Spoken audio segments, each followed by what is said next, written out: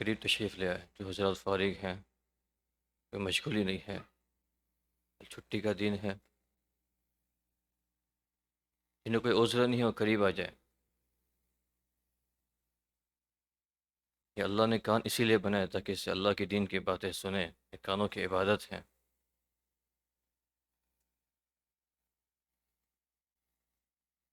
چلو.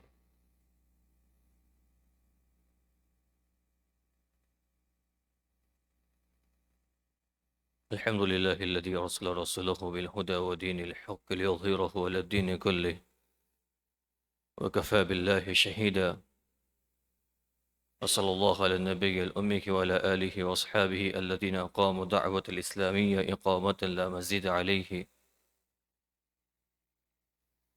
أعوذ بالله من الشيطان الرجيم. بسم الله الرحمن الرحيم. وما تكونوا في شأن وما تتلو منه من قرآن ولا تعملون من عمل إلا كنا عليكم شهودا إذ تفيدون فيه. محترم برست و بزرگوں، گزشتہ مجلس میں بات یہ چل رہی تھی کہ اللہ رب العزت نے رمضان کا مہینہ بڑا قیمتی ہمیں عنایت فرمایا ہے. یہ بڑا قیمتی، ایک ایک لمحہ بڑا قیمتی ہے، ایک ایک اس کے منٹ بڑی قیمتی ہے، اور اس سے کیسے فائدہ اٹھایا جائے، ایک بات اس پر زور دیا گیا تھا. ہم اس سے کیسے فائدہ اٹھائیں، اس کو کیسے قیمتی بنائیں. علماء نے یہاں تک لکھا ہے کہ رمضان کے مہینے کے اندر اللہ رب العزت کی طرف سے اتنا انتظام کیا جاتا ہے، نیک اعمال کی توفیق کا اور نیک اعمال کے عبادت کرنے کا جو ماحول بنایا جاتا ہے وہ اتنا مضبوط ہوتا ہے کہ جہنم کے دروازے بند کر دیے جاتے ہیں، جنت کے دروازے کھول دیے جاتے ہیں، شیاطین کو قید کر لیا جاتا ہے، نفس کو کمزور کر دیا جاتا ہے، تاکہ جو بھی رکاوٹیں ہیں نیک اعمال کے لیے، اللہ کی عبادت کے لیے، وہ ساری اللہ کی طرف سے روکی جاتی ہیں. اب کوئی آدمی نہیں کر رہا تو اس کی اپنی محرومی ہے، اس کا اپنی بدقسمتی ہے. اللہ کی طرف سے سارے انتظامات کیے گئے تھے، سارے انتظامات کیے گئے تھے. اور اسی کو ہم نے سمجھا کہ رمضان کو قیمتی بنائے اعمال کے ذریعے سے. اسی کے ذریعے سے ہم نے ایک بات گزشتہ بھی عرض کی تھی کہ تراویح کی شکل کے اندر اللہ عز و جل نے جو ہمیں چھٹی نماز دی ہے، جو تراویح کی شکل کے اندر بحیثیت سنت ہم اس کو ادا کرتے ہیں. اس سے ہمیں کیا فائدہ ہوتا ہے، اس سے ہمیں کیا ملتا ہے؟ ایک جب دنیا کا معمولی مینیجر ایکسٹرا آورز کام کرنے کے اوپر اپنی طرف سے کچھ ایکسٹرا پے کر دیتا ہے، تو اللہ تو بڑا کریم ہے، رحیم ہے. اگر اللہ اپنی ربوبیت کو استعمال کرتے ہوئے ہے اور ہم اپنے اللہ کے بندے ہیں، اللہ ہم کو یہ حکم دیتا کہ آپ کو رمضان میں چھٹی نماز پڑھنی ہے، ملے گا کچھ نہیں، تو بھی ہم کچھ نہیں کہہ سکتے تھے. وہ ہمارا مالک ہے، خالق ہے، وہ کر سکتا ہے. لیکن نہیں، اس کا کرم اس نے بتلایا کہ نہیں، آپ ایک نماز آپ کی بڑھا دی گئی ہے تو اس کے اوپر آپ کو کیا ملے گا، تو کتنا فائدہ ہوگا آپ کو. تو ایک بات ہم نے گزشتہ مجلس میں سمجھی تھی، ایک تو اللہ نے مغفرت فرمائی ہے، ذو العرش فرماتا ہے کہ مغفرت ہو جائے گی. اور مغفرت کے مفہوم کو ہم گزشتہ مجلس سے ہم نے سمجھا تھا کہ مغفرت کیا ہے، کوئی معمولی چیز نہیں ہے. مغفرت بڑی قیمتی چیز ہے، اس سے کتنا اہتمام ہے. قرآن شریف کے حوالوں سے ہم نے اس بات کو سمجھی تھی گزشتہ مجلس میں. ایک دوسرا فائدہ مجھے عرض کرنا تھا، اسی تراویح کے اندر اللہ رب العزت نے ایک دوسرا فائدہ مومنین کے لیے کیا رکھا ہوا ہے. چنانچہ مشکات شریف کی روایت ہے، اللہ کے رسول صلی اللہ علیہ وسلم ارشاد فرماتے ہیں کہ کل حشر کے میدان میں جب لوگ نفسا نفسی کے عالم میں ہوں گے، اپنے گناہوں کی وجہ سے، اپنے بدعمالیوں کی وجہ سے پریشان ہوں گے، اس موقع پر روزہ کھڑا ہوگا اللہ کے سامنے، اور روزہ اللہ سے ڈیمانڈ کرے گا، اللہ سے درخواست کرے گا، یا اللہ اس نے میرے لیے دین کے اندر بھوک پیاس کو برداشت کیا ہے، یہ بھوکا رہا، یہ پیاسا رہا، چنانچہ میری سفارش قبول کی جاوے اس کے حق میں اور اس کو جنت میں داخلہ دیا جاوے. اسی حدیث کے آگے اللہ کے رسول ارشاد فرماتے ہیں جنہوں نے رات میں تراویح پڑھی ہے، جنہوں نے رات میں قیام کیا ہوا ہے، یہ تراویح اللہ کے سامنے کھڑی ہوگی اور اللہ سے ڈیمانڈ کرے گی، یا اللہ یہ میرے لیے نماز میں کھڑا ہوا تھا. روزانہ باقی دنوں کے اندر باقی 11 مہینے یہ عشاء کی نماز پڑھ کے گھر چلا جاتا تھا، سو جاتا تھا، آرام کر لیتا تھا. لیکن رمضان کے مہینے کے اندر اس نے 1 گھنٹہ، 1.5 گھنٹہ، پونے 2 گھنٹے نماز میں زیادہ دیا ہوا ہے اور میرے اندر کھڑا رہا، چنانچہ اس کے حق میں میری سفارش قبول کی جاوے اور اس کو جنت پہ پہنچا دیا جاوے. کتنا بڑا انعام ہے کہ تراویح کی نماز پڑھنے کے اوپر اس کی سفارش سے حاصل ہوتی ہے. اللہ کے نزدیک سفارش بنے گا ہمارے لیے کہ اللہ اس کو میری سفارش قبول کی جاوے اور اس کو جنت میں پہنچا دیا جائے. یہ بہت بڑی قیمتی چیز ہے. اگر ان فضائل کا استحضار دماغ میں ہمارے ذہنوں کے اندر ہوگا تو ہمارا دھیان نماز میں زیادہ لگتا ہے کہ نہیں یہ نماز تو ہماری کام کی چیز ہے, اس میں ہماری کیا کیا فائدے ہیں.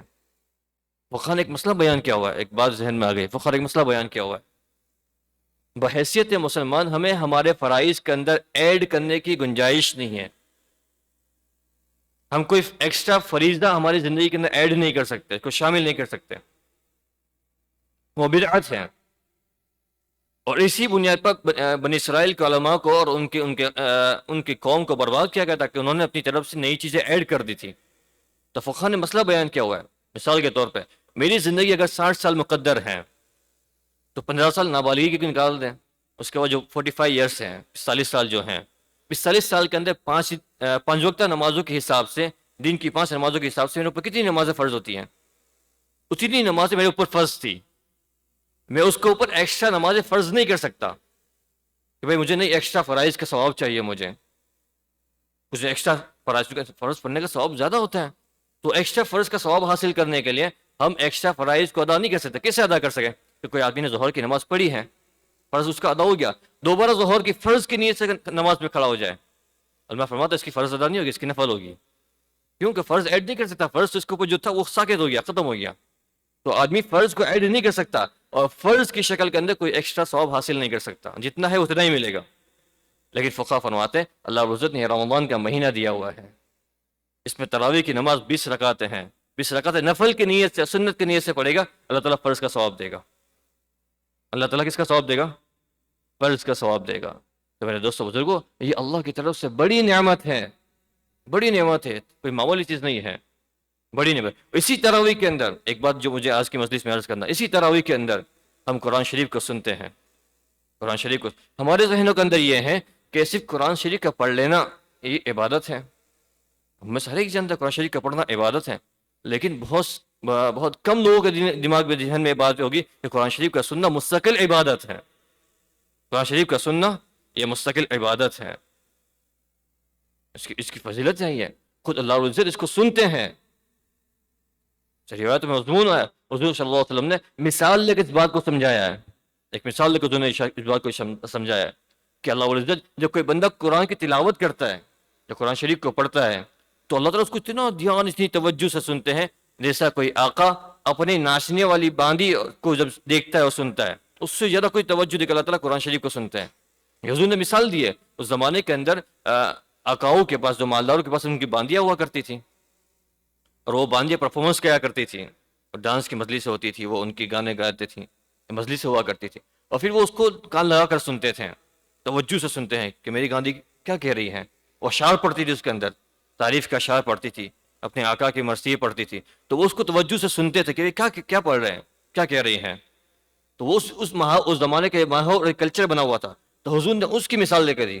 ہمارے زمانے میں اس بات کو سمجھنے کے لیے آسان ہے کہ ہمارے زمانے کے اندر لوگ یہ پاپ سنگروں کو وغیرہ کو ہائر کرتے ہیں, مہنگی ان کی فیس ادا کرتے ہیں, کئی لاکھوں ڈالر ان کو دیتے ہیں, اور ان کا پروگرام جو ہوتا ہے وہ 15 منٹ کا ہوتا ہے, آدھے گھنٹے کا ہوتا ہے, اتنا ان کا پروگرام ہوتا ہے.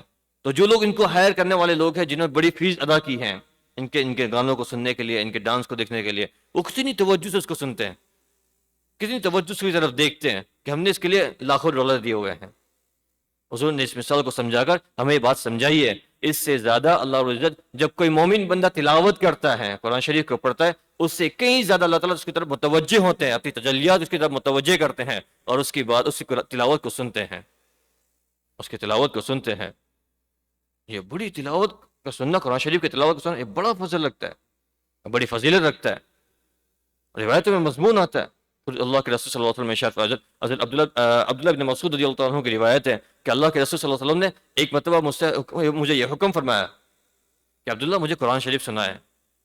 میں نے عرض کیا یا رسول اللہ, قرآن تو خود آپ پر نازل ہوا ہے, آپ پر تو خود قرآن نازل ہوا ہے. تو حضور نے ارشاد فرمایا نہیں, میرا جی چاہتا ہے کہ میں قرآن سنوں, میرا جی چاہتا ہے کہ میں قرآن سنوں.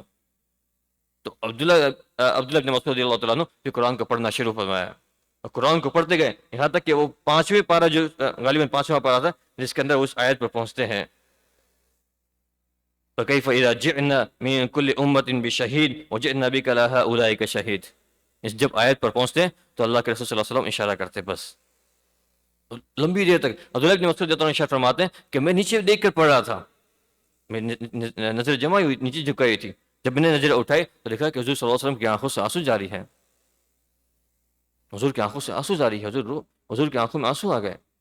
اس آیت کریمہ کے اندر اللہ عزت نے یہ بشارت دی ہے کہ محمد وہ وقت بھی کیا ہوگا، وہ وقت بھی کیا ہوگا جس وقت ہر ایک امت میں سے گواہ بلائے جائیں گے ان کے نبوت کے سلسلے میں۔ یہ مضمون پہلے پارے کے اندر بھی آیا ہوا ہے کہ ان کے نبیوں سے پوچھا جائے گا کہ کیا ان کی قوموں کو پوچھا جائے گا، امتوں کو پوچھا جائے گا کیا آپ کے نبی نے آپ تک دین کی دعوت دی تھی؟ وہ قومیں جھٹلا دے گی کہ نہیں، ہمارے پاس تو کوئی نبی ڈرانے والا ہی نہیں آیا، ہم کو کوئی بتانے والا ہی نہیں آیا، وہ ڈرا دے گی اور منع کر دے گے۔ تو پھر اللہ رب العزت ان نبیوں سے سوال کریں تمہارے پاس کوئی گواہ ہے؟ کیونکہ یہ انصاف کا دین ہے، کسی پہ ظلم نہیں ہوگا، یعنی اگر مجرم آدمی ہے، اس نے کوئی جرم کیا ہوا ہے تو وہ اپنے جرم کا اقرار کرے گا، جب تک وہ اقرار نہ کر لے حجت بازی ہوتی رہے گی، دلیل یہاں سے وہاں سے، آخر میں جب مجرم، اللہ کے علم میں ساری بات موجود ہیں لیکن اللہ تعالیٰ انصاف کو ظاہر کرتے ہوئے ان کے سامنے دلیل بیان کریں گے، ان کے سامنے دلیل بیان کریں گے۔ تو امتوں سے سوال ہوا کیا تمہارے پاس کوئی ڈرانے والا آیا تھا، کوئی اللہ کی طرف بلانے والا آیا تھا؟ تو امت انکار کر دے گی، تو اللہ رب العزت ان نبی سے سوال کریں گے کہ تمہارے پاس کوئی گواہ ہے، کوئی دلیل ہے، کوئی گواہ ہے؟ تو وہ ہاں کہ ہمارے پاس گواہ ہے۔ کون گواہ ہے؟ کہ امت رسول ہے، محمد صلی اللہ علیہ وسلم کی امت ہے، وہ ہمارے دین کی محنت کی گواہ ہے۔ یہ سوال پیدا ہوتا ہے کہ یہ امت تو سب سے آخر میں آئی ہے، سب سے لاسٹ میں آئی ہے، انہوں نے دیکھا نہیں کہ نوح علیہ السلام نے اپنی قوم میں دعوت دی یا نہیں دی ہے، انہوں نے دیکھا نہیں کہ موسیٰ علیہ السلام نے اپنی قوم میں دعوت دی ہے یا نہیں دی ہے، انہوں نے دیکھا نہیں ہے کہ حضرت عیسیٰ علیہ السلام نے اپنی قوم میں دعوت دی یا نہیں ہے، اور یہ امت ان پر گواہ بن رہی ہے کہ ہاں انہوں نے دعوت کری ہے، انہوں نے تبلیغ کی ہے، انہوں نے پیغام پہنچایا ہے۔ مفسرین نے اس موقع پہ ارشاد فرمایا کہ وہ اس لیے کہ اللہ کے رسول صلی اللہ علیہ وسلم کی زبان مبارکہ انہوں نے یہ بات سنی تھی، یہ امت کہ ہم کو ہمارے رسول نے بتایا ہے کہ موسیٰ علیہ السلام نے اپنی قوم میں تبلیغ کی ہے، عیسیٰ علیہ السلام نے اپنی قوم میں تبلیغ کی ہے، حضرت نوح علیہ السلام نے اپنی قوم میں تبلیغ کی ہے، اور ہم کو ہمارے نبی کی بات پر پورا یقین ہے۔ پھر آخر میں حضور سے گواہی مانگی جائے گی کہ آپ نے بات بتائی تھی ان کو، ہاں حضور، آخر میں حضور گواہی دیں گے۔ تو تمام نبیوں کی دعوت پر امت کی گواہی، اور امت کی گواہی پر حضور کی گواہی صلی اللہ علیہ وسلم۔ تو اس آیت پہ جب پہنچے ہیں، اسی کے مناسب کا مضمون ہے، اس آیت پہ پہنچے حضور کی آنکھوں میں آنکھوں سے آنسو جاری ہو گئے۔ تو علماء نے بات بیان فرمائی ہے کہ قرآن کی تلاوت تو وہ چیز ہے کہ جب آدمی اس کو توجہ سے سنتا ہے، عبادت کی نیت سے سنتا ہے، عبادت سمجھ کر سنتا ہے، تو یہ کانوں کے ذریعے سے دلوں تک پہنچتی ہے اور آنکھوں سے آنسو جاری ہوتے ہیں اور آنسو کی شکل میں ظاہر ہوتا ہے۔ بڑی اہم چیز اور بڑی فضیلت کی چیز، یہ صرف پڑھ لینا یہ عبادت نہیں ہے، اس کا سننا مستقل عبادت ہے، اس کا سننا مستقل عبادت ہے، اور بڑی فضیلت ہے اس کے سننے کے اوپر، بڑی فضیلت ہے۔ علماء نے کتابوں کے اندر بیان فرمائی ہے۔ اس لیے جو نمازوں کے درمیان، تراویح کے درمیان اگر ہم اس قرآن کی تلاوت کو ثواب کی نیت سے سنیں، عبادت کی نیت سے سنیں، یہ مستقل سننا عبادت ہے، سننا مستقل عبادت ہے، تو ہمارے سننے کی کیفیت بدل جائے گی، ہمارے سننے کی کیفیت بدل جائے گی، اور سلام پھیرنے کے بعد کل گزشتہ ہم اللہ کے جتنے قریب تھے اس سے اور زیادہ قریب ہو جائیں گے، جب کیفیت بدل چکی ہے دل کی۔ علماء یہاں تک لکھا ہے کہ وہ اثر کرتی دلوں کے اوپر، اور دلوں پر اثر کرتی ہیں، قرآن دلوں پر چاہے سمجھ میں نہ آئے اور دلوں پر اثر کرتی ہیں۔ اب ہجرت کا واقعہ اٹھا کر دیکھیں، ہجرت کا واقعہ اٹھا کر دیکھیں، اللہ کے رسول صلی اللہ علیہ وسلم شروع زمانے کے اندر لمبی چوڑی تقریریں نہیں کرتے تھے اسلام کی دعوت دیں گے، وہ قرآن شریف سناتے تھے، قرآن شریف پڑھ کے سناتے تھے۔ پھر سے روایتوں میں آتا ہے حضرت صلی اللہ علیہ وسلم حج کے موقع پہ، حج کے دوران ان جو لوگ مشرکین حج جو ہیں، مشرکین جو کفار ہیں، وہ حج کے لیے آتے تھے۔ ہمیں یہ بات پتہ ہونی چاہیے کہ حج یہ پہلے سے جاری ہے، اسلام آنے سے پہلے، یہ ملت ابراہیمی کا حصہ ہے، حضرت ابراہیم اسلام کے زمانے سے حج جاری ہیں، اور ان کا جو حج ہوا کرتا تھا وہ کعبہ کے ارد گرد جو ہے وہ تالیاں بجاتے اور ننگے دڑنگے گھوما کرتے تھے، ان کا حج ہوا کرتا تھا۔ اس کو قرآن نے بیان کیا ہوا ہے، وَمَا كَانَ صَلَاتُهُ عِندَ الْبَيْتِ إِلَّا بُكَاءً وَتَصْدِيًا، کہ وہ تالیاں بجاتے اور ننگے دڑنگے گھوما کرتے تھے، یہ ان کا حج ہوا کرتا تھا، یہ ان کی عبادتیں ہوا کرتی تھیں۔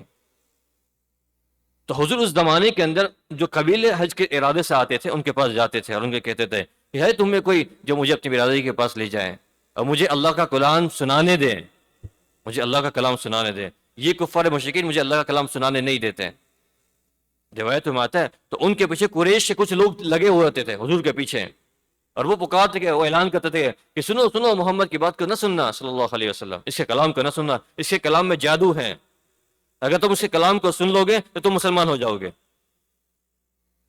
باقاعدہ ان کے کانوں کے اندر، یہاں تک بات ہے ان کے کانوں کے اندر انگلی ڈال دیتے تھے تاکہ قرآن کی آواز کان میں نہ پڑ جائے، کانوں میں انگلی ڈال دیتے تھے۔ قرآن کی اپنی تاثیر ہوا کرتی ہے، اور یہیں سے وہ مدینہ کا قافلہ آیا ہوا تھا، مدینہ منورہ کا قافلہ حج کے لیے آیا ہوا تھا، حضور ان کے پاس تشریف لے گئے، انہوں نے حضور کی دعوت کو قبول کیا کہ ہاں ہمارے قبیلے میں آئیے آپ سنائیں قرآن شریف کو، انہوں نے سنا، حضور کے ہاتھ پر بیعت کی، پھر وہ اگلے سال دوبارہ آئے، یہی بیعت عقبہ اولیٰ ہے اور ثانیہ ہے، پھر اس کے بعد ہی انہوں نے دعوت دی کہ اب ہمارے شہر آئیے، مدینہ تشریف لائیے، اور وہاں ہماری برادری کی تمام لوگ آپ قرآن سنائیے۔ وہیں سے پھر ہجرت کا سلسلہ شروع ہوا، اور مکے سے لوگ صحابہ ہجرت کر کے وہاں پر گئے۔ یہ قرآن کی تاثیر ہے جس کی بنیاد پر یہ ہوا ہے، وہ اپنا اثر رکھتی ہے۔ حضرت عمر کا واقعہ اٹھا کر دیکھیں، حضرت عمر کا اسلام تو مشہور ہے، آپ کس اسلام لائے؟ وہ سورہ طٰہٰ کی چند آیت ہی پڑھی تھی، اس آیت پڑھ کے آپ کا اندر کی کیفیت بدل گئی، اندر کی چیزیں بدل گئی۔ اس لیے دوستو بزرگوں، یہ تراویح کے دوران جو قرآن پڑھا جاتا ہے، اس کو غنیمت سمجھیں، اس کو غنیمت سمجھے، اور اس کو مستقل عبادت کی نیت سے سنیں، اس کو مستقل عبادت کی نیت سے سنیں، تو آدمی کے لیے دل جمانا آسان ہو جاتا ہے، اس کا دل جمنا آسان ہے، کیونکہ میری مستقل عبادت ہے مستقل۔ یہاں تک کہ فقہ نے ایک مسئلہ بیان کیا ہوا ہے، ایک مسئلہ اپنی بات ختم کر دو، فقہ نے اپنے فقہی کتابوں کے اندر مسئلہ بیان کیا ہوا ہے کہ قرآن کی تلاوت کا سننا، غور سے سننا، قرآن کی تلاوت کا سننا یہ پڑھنے سے زیادہ افضل ہے، پڑھنے سے زیادہ ثواب رکھتا ہے۔ استماع القرآن اصوب من قراءتها، یہ عبارت فقہی کتابوں کے اندر ملتی ہے کہ قرآن کی تلاوت کا سننا اس کے پڑھنے سے زیادہ ثواب رکھتا ہے۔ اس کی دلیل علماء نے بیان کی ہوئی ہے، کیا دلیل، کیا وجہ؟ کیونکہ قرآن کے شریف کا پڑھنا نماز کے علاوہ کی بات ہے، خارجہ اوقات کے اندر قرآن شریف کا پڑھنا کہیں فرض نہیں ہے، وہ نفل عبادت ہے، تطوع ہے، یا بہت حد تک تو مستحب ہے، پسندیدہ عمل ہے، اس پر ثواب یقیناً ملتا ہے۔ لیکن جب قرآن پڑھا جائے وَإِذَا قُرِئَ الْقُرْآنُ فَاسْتَمِعُوا وَأَنصِتُوا، یہاں فَاسْتَمِعُوا امر کا صیغہ ہے، اللہ تعالیٰ فرض کر رہے ہیں جب قرآن پڑھا جائے تو آپ کو سننا لازمی ہے، فرض ہے۔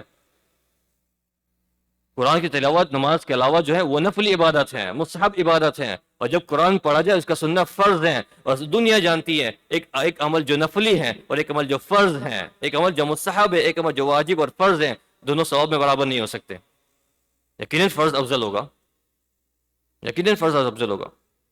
اس لیے دوستو بزرگوں، قرآن شریف کا سننا یہ مستقل عبادت ہے، اور یہ ہم نے ابھی 1.5 گھنٹہ 2.5 گھنٹہ ہم نے جو گزارا ہے وہ قرآن کو سننے میں گزارا ہے، قرآن کو سننے میں گزارا ہے۔ تو اس کو بوجھ نہ سمجھیں، اس کو سعادت سمجھے کہ اللہ تیرا احسان ہے اور تو نے میرے کانوں کی گویائی کو، میرے کانوں کی طاقت کو سلامت رکھا ہے، اور اس سے میں تیرے کلام کو سن رہا ہوں، اس کلام کو سن رہا ہوں۔